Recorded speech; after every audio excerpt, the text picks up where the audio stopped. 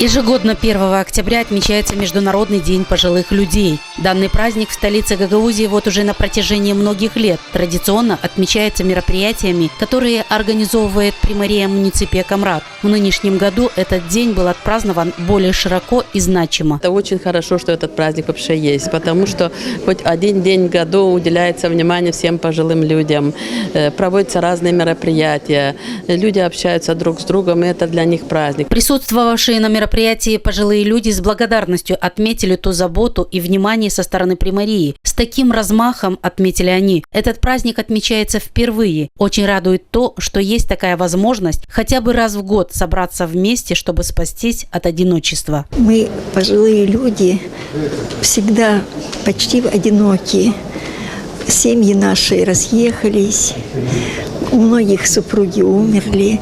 И, естественно, мы все ищем общения, и мы рады, что существует такой праздник, что мы вместе собирались, что получили какую-то искорку удовольствия.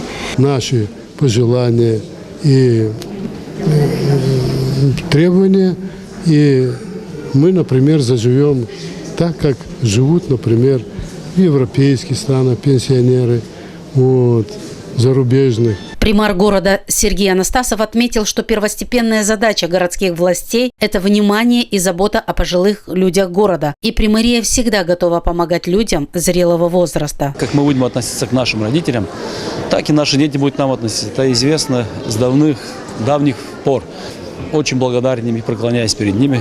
Это все-таки наши поколения, которые мы должны уважать. Для нас самое главное – это наши пожилые люди и инвалиды.